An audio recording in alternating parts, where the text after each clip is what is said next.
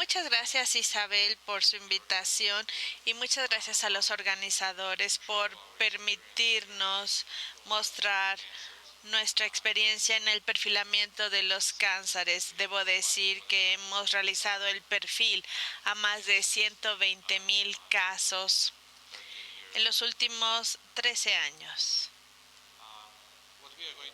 De lo que vamos a hablar es de los teranósticos. Es una palabra que no existía en el idioma inglés.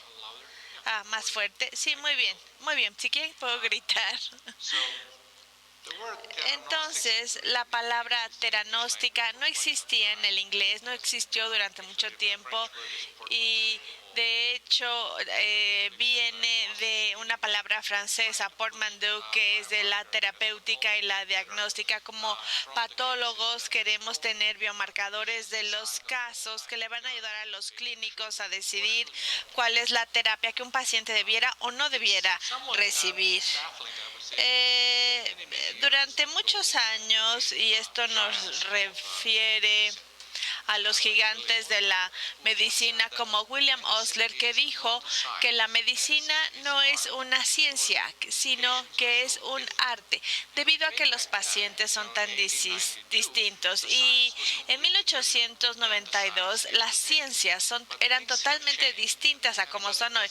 Sin embargo, las cosas han cambiado. Y si no me creen de este cambio, este es un ejemplo. Esto eran los automóviles en 1892. Es un Mercedes, aunque ustedes no lo crean. Y aun cuando los principios de la vista exterior no han cambiado mucho, en más de 100 años sigue siendo el mismo principio de este vehículo en Marte. Aún de vez en cuando, si pensamos que nada ha cambiado, en Phoenix todas las mañanas a mí me sorprende ver automóviles como estos que carecen de un conductor. Así que en el periodo de 125 años ha cambiado, y al igual ha sucedido con la medicina, aunque quizás a un paso más lento. Y ahorita podemos ver que el cáncer de mama, de colon, de pulmón, no es una enfermedad única. Hay muchas enfermedades únicas bajo el mismo paraguas del cáncer de un órgano. Y si entendemos esto, entonces viene la cuestión lógica de que no tenemos un fármaco único que pueda ayudar a todos los pacientes. Así que cada paciente de cáncer merece ser tratado de forma personal y analizar las características específicas de su enfermedad. Esta es una introducción de la empresa a la que soy director México. Fue iniciada por Daniel Van Hoff, que es un oncólogo muy conocido, y él fue un pionero en el perfilamiento molecular. En 2004, en la empresa TGen en Phoenix, convenció un programa que ahora se llama Target Now. Este fue un negocio de perfilamiento que finalmente hallaba los fármacos que podían dirigirse específicamente para estos pacientes. Y en 2010 se presentó el estudio piloto de cómo se podía prolongar la vida y dar tratamientos exitosos, sobre todo en los pacientes perfilados. Después de 2010 han surgido muchas más publicaciones y ligeramente, paso a paso, el perfilamiento ha ingresado a la oncología principal. Por ejemplo, el año pasado superamos los 100,000. Entonces, ¿cuáles son los principios de perfilamiento? Primero se hace una investigación literaria para hallar biomarcadores que validan clínicamente para ingresarse en un sistema de perfilamiento que utilizamos, y cuando llega la muestra se prueba utilizando múltiples tecnologías para evaluar la presencia o la ausencia de los biomarcadores para producir un reporte como este a la derecha, que indica los cambios de los biomarcadores identificados. Vinculará con los beneficios potenciales, los beneficios inciertos y la ausencia de de beneficios, y con esto podemos saber cuál es el fármaco a dar y a no dar. El beneficio del perfilamiento debe estar claro, porque a veces el individuo no sabe si tenemos literatura o obtengamos datos que resulten un poco contradictorios.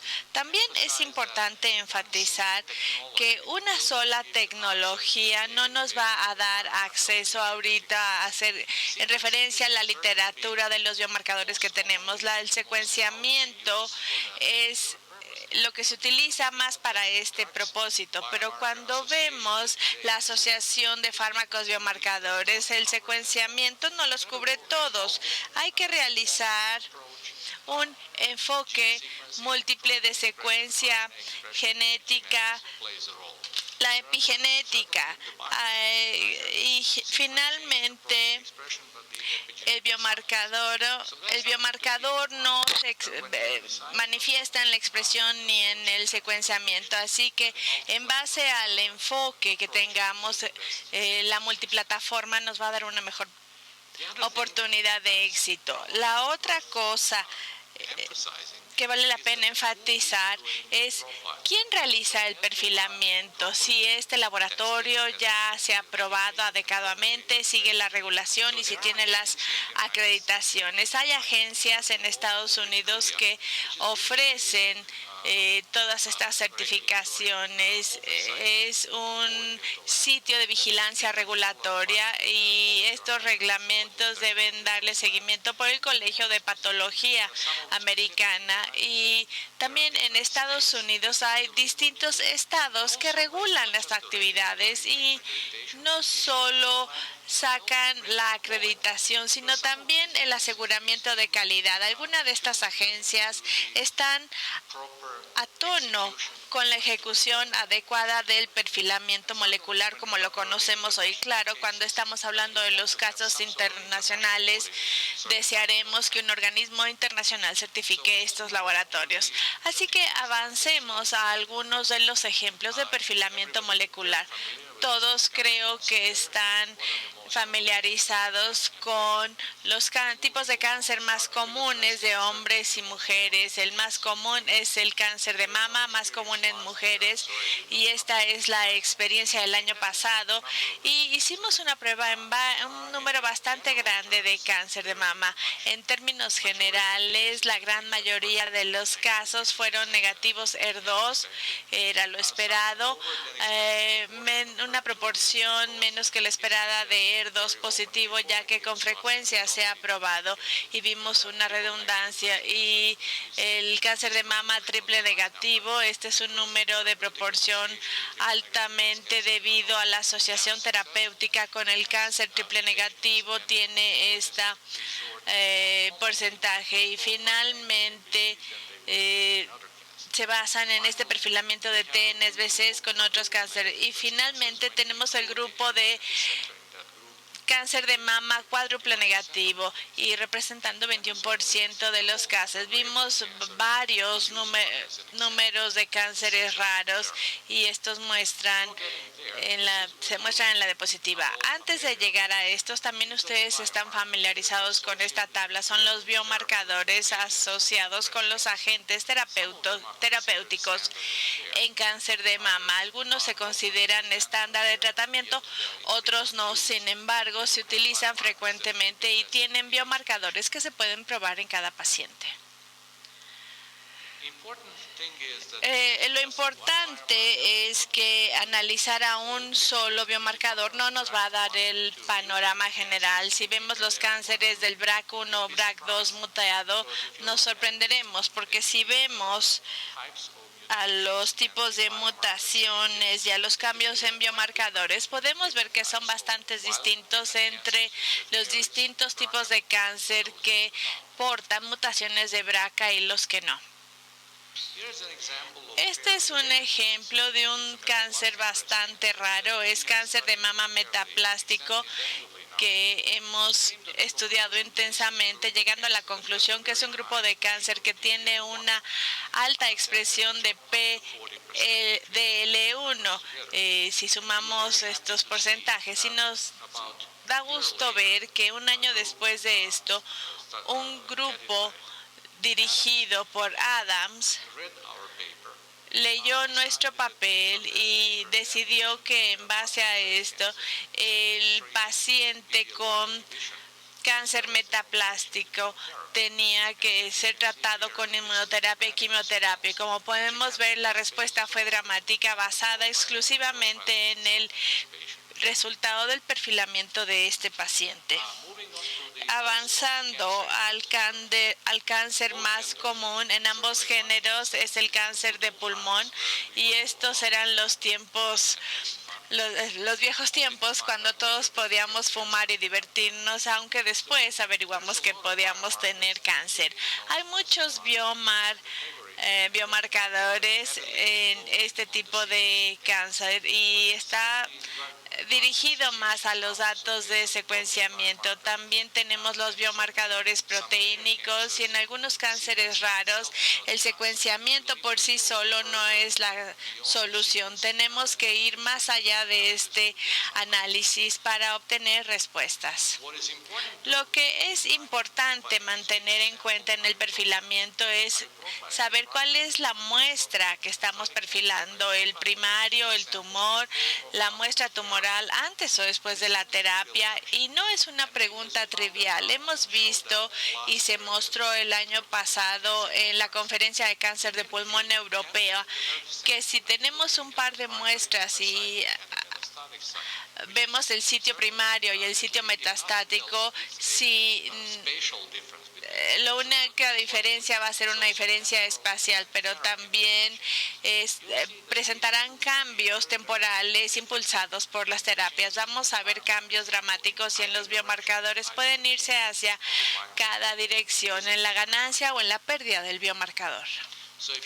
Así que si vemos este ejemplo, tenemos 3 muestras distintas para probar y básicamente son 3 tipos distintos y en 3 ocasiones distintas. El tumor primario en esta dirección y podemos tener un sitio metastático y otro sitio metastático. Podemos ver que tienen diferencias significativas, así que la decisión terapéutica debe realizarse en la muestra más recientemente tomada y la de mayor representación, ya que no necesitamos hacer un perfilamiento de un primario y el paciente ya tiene metastático y no se valida que no se pueda acceder al metastático. Sí se puede hacer, pero finalmente esta información no fue tan valiosa ya que hay metástasis.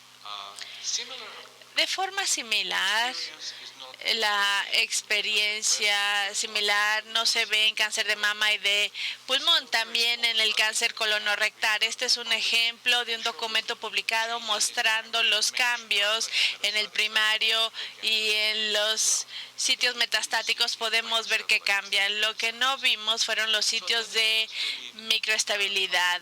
Así que quizás en los últimos 5 meses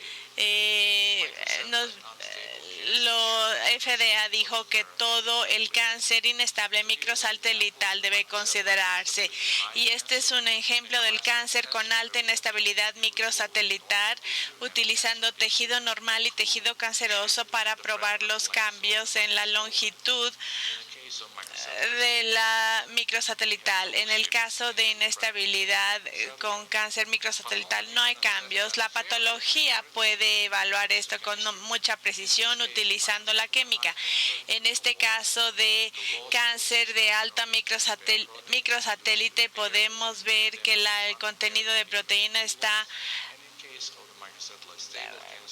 tiene un empate en los biomarcadores. La inestabilidad microsatelital se ha vuelto una característica muy importante, no solo de cáncer colonorrectal, sino del cáncer en general. Y acabamos de presentar algunos meses en colaboración con Johns Hopkins un estudio que nos muestra que hay una gran frecuencia del cáncer inestable microsatelital que se puede utilizar utilizando el secuenciamiento. No necesitamos un tejido normal, que a veces es el problema con las biopsias, y con las biopsias a veces únicamente tenemos tejido canceroso y no se puede evaluar. Si tenemos tejido normal sí se puede perfilar. Después de 3 o 4 tipos, la frecuencia, la detección de MSA baja y llega hasta el 5%.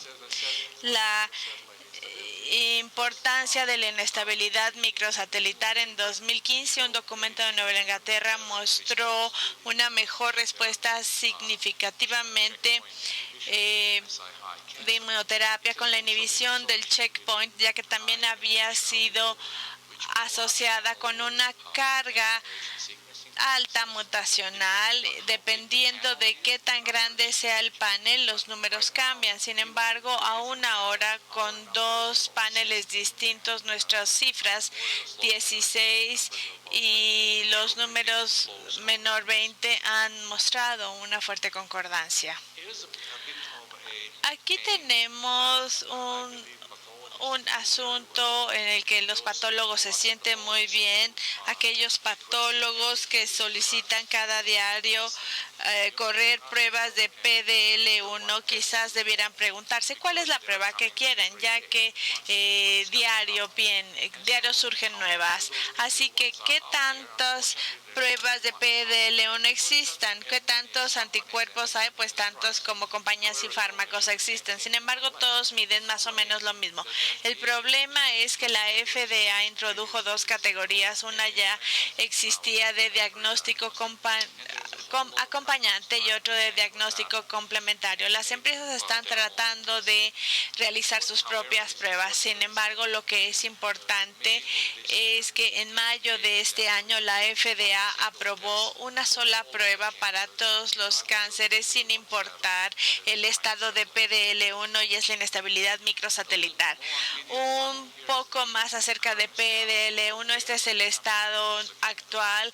Cuando se refiere a las pruebas químicas, hay 4 anticuerpos principales en uso, 2 de Ventana, SP142 y SP263 y 2 de DACO, 22C3 y 28.8, que tienen distintos estados. El estado de diagnóstico acompañante se le dio la FDA al 22C3 y se le da en 2 lugares, en el pulmón y en los carcinomas adrenales. También existe el estado complementario. Este estado complementario y la prueba complementaria no se requiere para que el paciente esté bajo esta terapia. Así que quizás es un poco redundante realizar esta prueba, esa es nuestra opinión. Sin embargo, los oncólogos y los pacientes sí desean saber esto y creo que entendemos por qué lo desean. El otro problema son los umbrales. Los umbrales se mueven hacia la izquierda o la derecha dependiendo del estudio.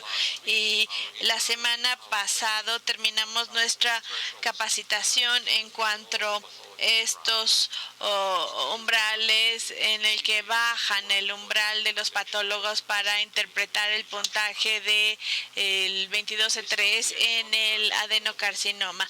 Esto no está disponible.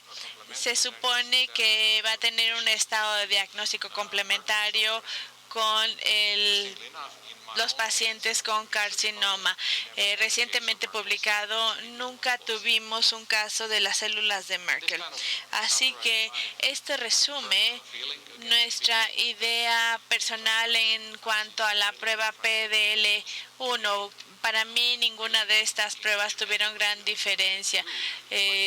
Pero como ustedes saben, el diagnóstico complementario y el diagnóstico acompañante son palabras poderosas que los oncólogos, los doctores y los pacientes desean saber y quieren utilizar el diagnóstico complementario y el diagnóstico acompañante. La PDL1 se puede accesar. No sé si pueden ver ahí los puntitos por el número de gen. Se puede ver en el linfoma de Hodgkin y en alguno de los subsecuentes cánceres de mama triple o cuádruple negativo. Así que hay que entender que para el tratamiento y el perfilamiento estándar se puede utilizar.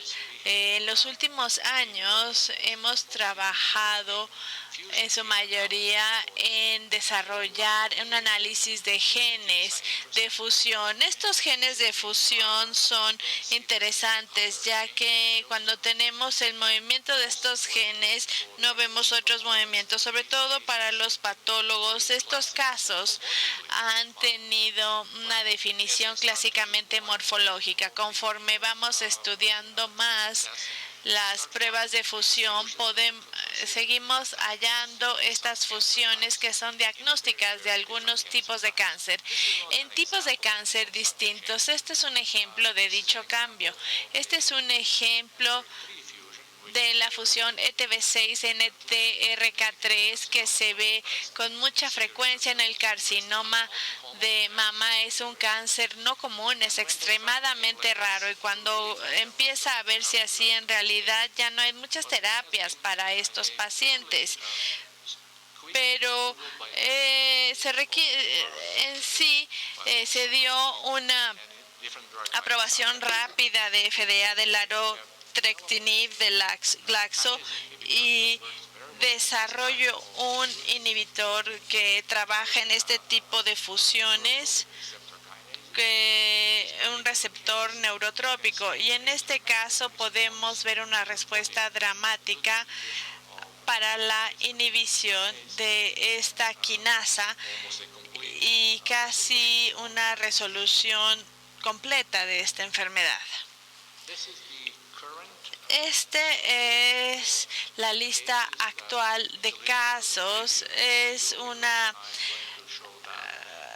anticipo para ustedes, ya que lo voy a presentar en la reunión de la RK.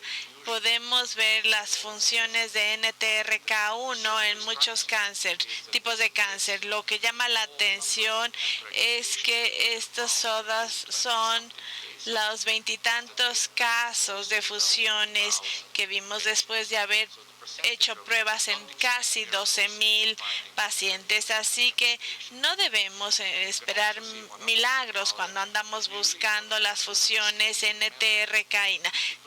Si tenemos unos buenos tipos de tamizaje, necesitamos tener el diagnóstico acompañante. Es muy bueno para las fusiones NTRK1, es marginal para el NTRK2 y solo hay 2 para la NTRK3. Esto es lo que quería presentarles para ustedes. Si hablamos de fusiones de genes en general, podemos ver que están presentes en muchos tipos de cáncer. La mayoría de estos cánceres no tienen fusiones, pero algunos sí, como el cáncer de pulmón, y algunas de estas fusiones, su identificación es muy importante para la terapia. De nuevo, esto finalmente es una forma de hallar muy costosa, pero hasta ahorita es lo mejor que tenemos. Y como digo, la medicina personalizada es muy costosa. Es costosa en ambos lados, tanto del patólogo como del tratamiento, pero finalmente esto es lo que es. Queremos que de alguna manera encontremos un método más asequible, pero va a llevar su tiempo. Así que, ¿hacia dónde vamos ahora? Claramente el perfilamiento nos va a ayudar mucho y estamos avanzando del diagnóstico en base a los tejidos ahora a las pruebas de diagnóstico en fluidos, sangre, orina, CSF. Todos tienen promesas, ya que todos tienen muestras para probar, aunque son muy pequeñas, muchos desafíos para desarrollar un método más sensible para realizarlo, y quizás no sean tan buenos como se ha publicado, porque una cosa importante que hemos hallado es en qué momento la vamos a usar, en la primer línea o en el seguimiento, que creo yo que es la forma correcta. La realidad de la vida es que se está dando ahorita y hay muchas empresas que están trabajando para desarrollar estas pruebas. Claramente podemos hacer más pruebas. todos los genomas, y finalmente todo esto es interesante, pero ahorita está generando tanta información, tantos datos, de los cuales muy poquitos son tan útiles. Y con esto termino mi presentación, y de nuevo muchas gracias por habernos invitado para presentar nuestro trabajo. Esto es Caris Life Sciences, mi equipo, trabajamos aquí como 200 personas, y muchas gracias por su invitación.